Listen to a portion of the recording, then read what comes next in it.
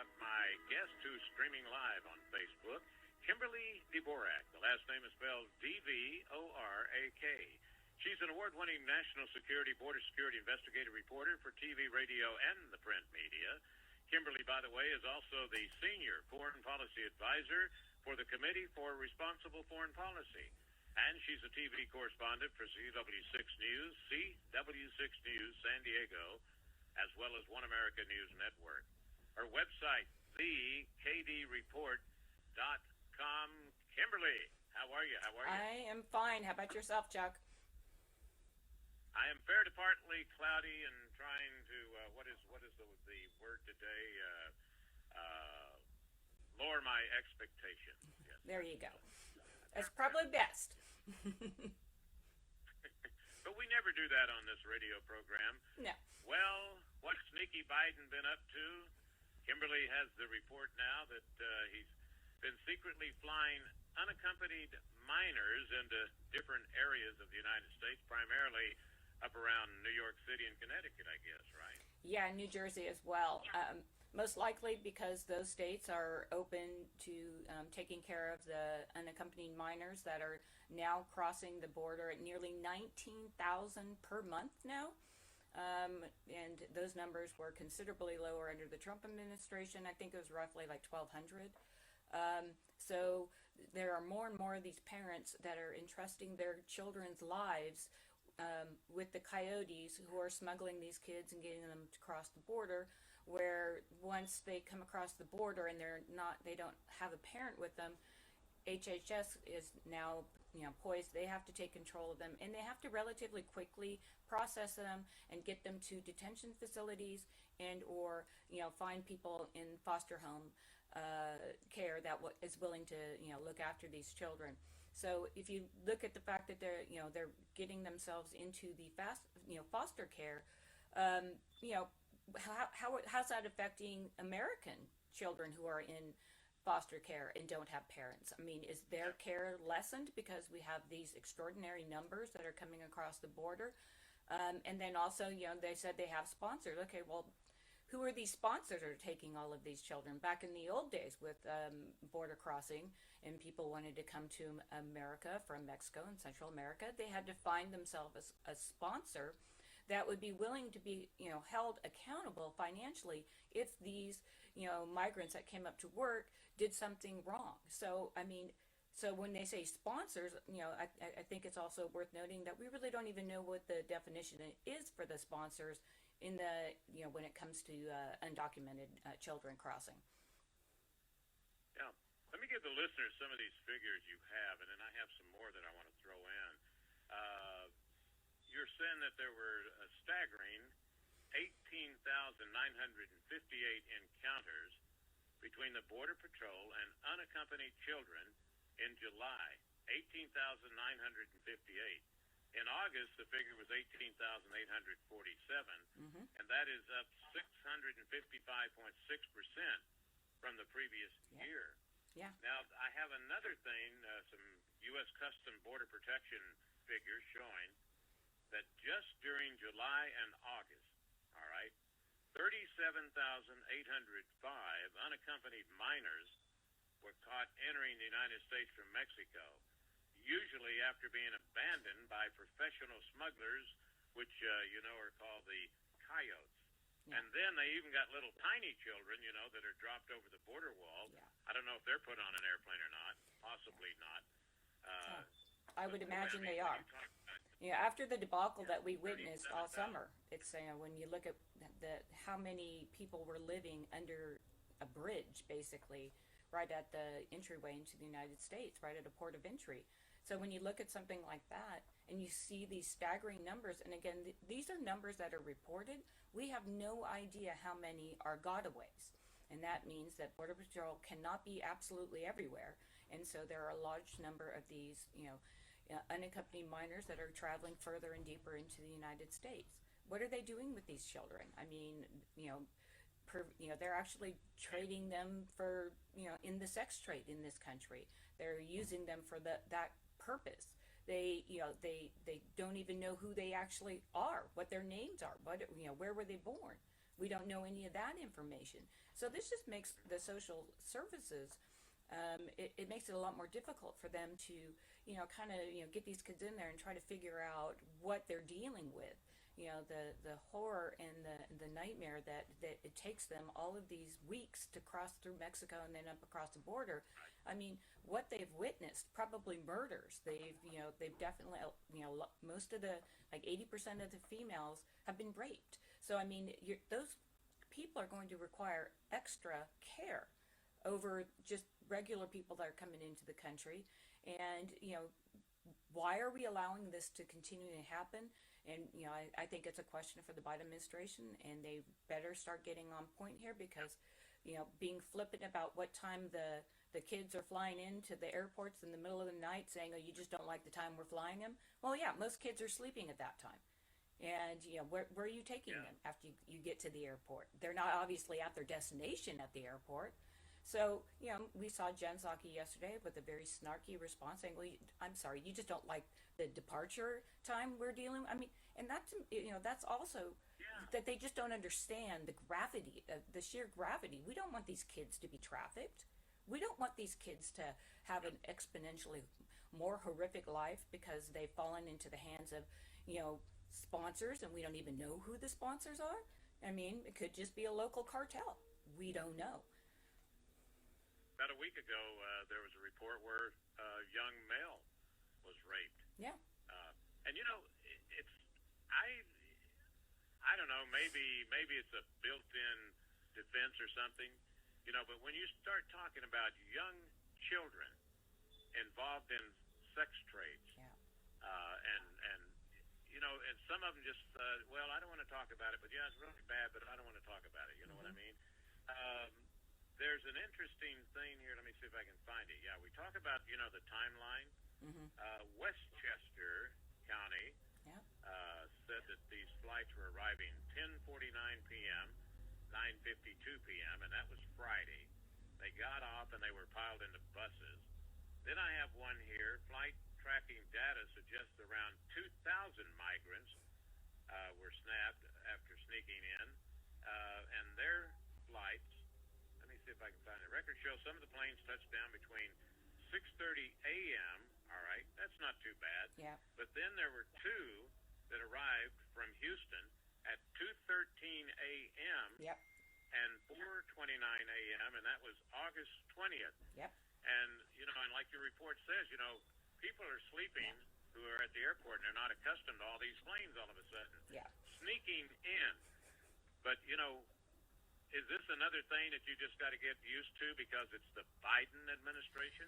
Yeah, I mean, like I said, I know that they're under a time constraint issue because when you deal with children, you have to we're not supposed to be flying them around in the middle of the night. We're supposed to be taking care of them. They have to get processed much more quickly, and they have to be going to homes, and on top of that, the U.S. officials and Border Patrol, CBP, and local law enforcement, they just simply do not know who these children are.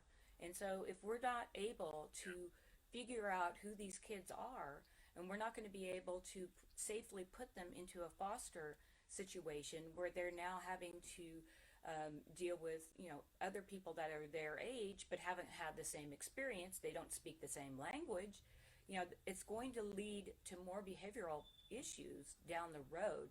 Not to mention the fact that, this is a huge strain financially, and there are a lot of Americans out there, the lower middle class, that are struggling to feed their families right now. And this money that could be put back into the U.S. economy, it could be better spent for taking care of Americans. But it seems that the Democrats are hell-bent on having people come into this country and just completely change the makeup of our country in order to get more votes so they can remain in power. And they're so out of touch that even Democrats are coming out and saying, wait a minute, my constituents are certainly not approving of this, but the Biden administration has done nothing to stop this. They've done nothing. They have barely been shipping people back south of the border, dropping them back in South America if that's where they're from. They haven't really been doing that. So the message to parents that have kids in pretty crappy countries, let's face it, are sending their kids alone, making that perilous trek and being violated, just things that we would never, want to have happen to any children anywhere. But these parents are sending their kids thinking that that's going to be a better life. And we know from history, I've done stories on it before, where Mexico has been going, the cartels have been going down and with the Russians, and they're buying these kids out of missionaries. So where they're in these orphanages house, they're pulling them, they're paying like $25 for them, and they're moving them up across the border, violating them so they can't speak, driving them across the border, and putting them into the sex trafficking trade. And if that is not the most vile thing, and why we are doing nothing to stop that, it just goes to show you how out of touch these politicians in Washington, D.C. really are. Yeah, let me ask you real quick. White Plains, okay? Is that New York or is that New Jersey? New York. Because, you hang out. Is it New Jersey? New York, yeah. Because they have flight tracking data suggests that around 2,000 migrants were nabbed after sneaking in from Mexico. They arrived at an airport outside White Plains, and it was 21 flights that have landed there since August 8th. Yeah. That's a lot of people. It is. A lot of people, a lot of little children mainly on this. Well, and like, I just want to kind of leave the listeners with this point too. I mean, it's not that any of us, want these children to, live in these horrific, situations in their home countries. But the fact that we have data showing what they are going through on their trek to get into America, why is this administration, at least Trump tried, this administration is not even attempting to stop or slow the migrants crossing, and allowing these people to, traffic their kids up through Mexico and into this country. It's a horrific experience. Nobody wants that. Why are we not helping these kids in their home countries by, let's say, maybe having Doctors Without Borders come down and maybe do like a medical, research project where we can send students down. They can actually take care of these, kids and make sure they've got, the proper nutrition, and they've got the, they're getting their inoculations, and they're, getting treated for the common cold, if that may be the case. Why aren't we doing something like that that will actually avoid these children going through this horrific experience? And by doing nothing, the Biden administration is basically condoning what's going on with these children. And this is on their hands, 100%. We did not have these numbers under Trump with the minors. We just didn't. All right, and two things here. Number one is, why the secrecy? Yeah. Why do they have to do this in the dark of the night? Because, apparently they know it doesn't look right. Yeah. And the other thing is there a money trail, Kimberly? Yeah. Is somehow, how in the world is the Biden administration, or maybe he doesn't even know what's going on, maybe it's Mayorkas, or somebody's pulling the strings, because you just don't get a whole bunch of airplanes to fly a whole bunch of little children to different parts, of the United States. Yeah, and again, you have to look at too. They don't speak the language, so now you have to have interpreters that travel with them. True. Again, they don't know any of the background information on them. Maybe they have COVID, maybe they don't. That now they're around getting into buses and possibly infecting other children, or the interpreters or the doctors that are with them. We don't know that information. We do know that we've seen pictures on planes where they aren't wearing masks. This administration is currently having a huge issue with the, pilots going basically on strike, and police officers not getting the mandated COVID inoculation. And, as a result, there's such a strain on our population and in our economy right now that one would think that we would try to think how to avoid something like this in the future. But as we know, the Vice President, Kamala Harris, nowhere to be seen. She's supposed to be charged with this, nowhere to be seen.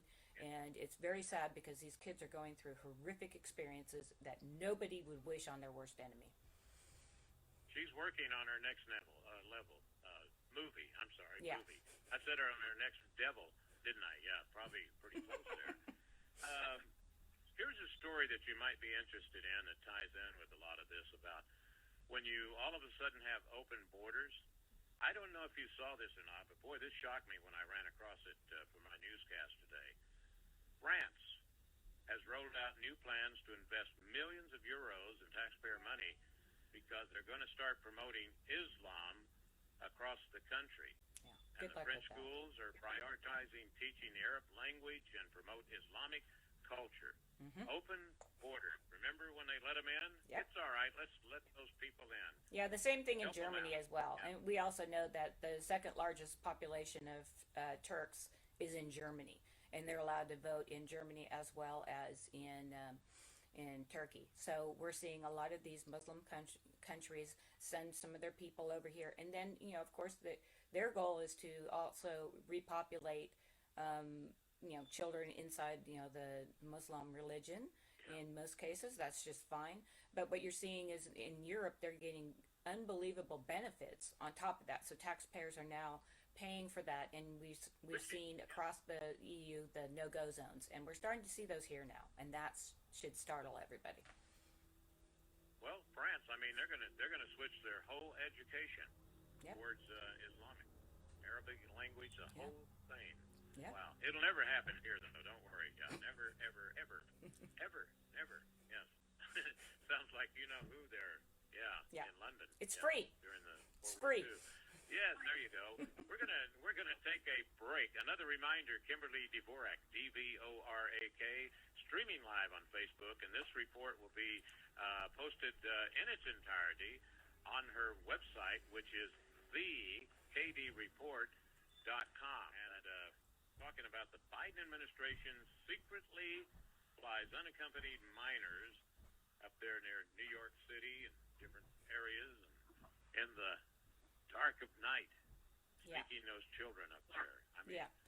Well, this is another fact, another little bit of information that I found out, and this was actually came from reporting from the Associated Press, not exactly a right-leaning organization, but they've been tracking the unaccompanied minors and where they've been taking them to across the country, and they found that on a couple of occasions, the buses that these children were ushered onto were speeding at rates of 75 miles an hour over bridges, and so they're trying to get them wherever they're going fast. And it's also, again, is this what we really want children to be a part of, that they're going to be fearful, they're in a strange country, now the buses are going 75 miles an hour, it's the middle of the night, they're disoriented, don't speak the language. And then what's the Biden administration doing to actually ensure that these kids are arriving at their destination safely? I mean, it's only a matter of time before we've seen plenty of bus crashes in this country. So it doesn't mean that can't happen. It just means that their lack of really looking after these kids and wanting the best for these kids, they're simply not going about that in a manner to which this country typically would do when we come across children that are unaccompanied. It's just staggering. Well, here's the solution, Kimberly. We'll get the Attorney General Merrick to it, because those buses going, wait a minute, now he's busy going after the parents who are trying to save their own children. Yeah. Oh, okay, so that ain't going to work, is it? Yeah. No, absolutely right. And that's, I mean, They don't have the... Yeah, their priorities, it's not working right now. Yeah. That's for sure. Exactly. And they're making parents, feel like they're terrorists, and maybe this is part of their new plan to make sure parents can't, take care of their own kids, and they're going to mix everybody in, and the country's just going to have to deal with it. But the thing with the public school system here, and we're going to make that parallel, it's no longer the system where, okay, if you don't speak the language, you got to go over here to a special classroom because we need to have somebody who speaks your language. They're lumping everybody together in the classroom and holding back our classroom, and we're falling further and further down the rabbit hole of horrific public schools in this country, and falling, behind, EU. Some African countries actually have a better education system than the United States right now. Where is the focus on this, and why should we be encouraging parents from other countries to send their kids? I mean, it's cruel and unusual punishment for the child, certainly, but this administration is doing nothing to make sure that they talk to these parents, figure out some sort of social program that, like I said, maybe medical students here in this country can go down and do their, summer internship or something like that. That would be better than sending these kids at roughly $19,000 per month up here. That's a lot of kids. Oh yeah, really. 18,847. Yeah. that we caught. And that we caught. So you can say the number is probably a bit higher. Not the same ratio as adults, but that number will be higher. And almost 700% worse than the year before. Yeah. But that's when the Orange Man was here. Yeah. Don't give him any credit for, things running better. Yeah. Yeah, I'll tell you. Kimberly, thank you very much. The old clock on the wall says we've run out of time again. Appreciate it. All right. Don't forget to go to thekdreport.com and you can see this in its entirety and keep up with everything that the one and only Kimberly Dvorak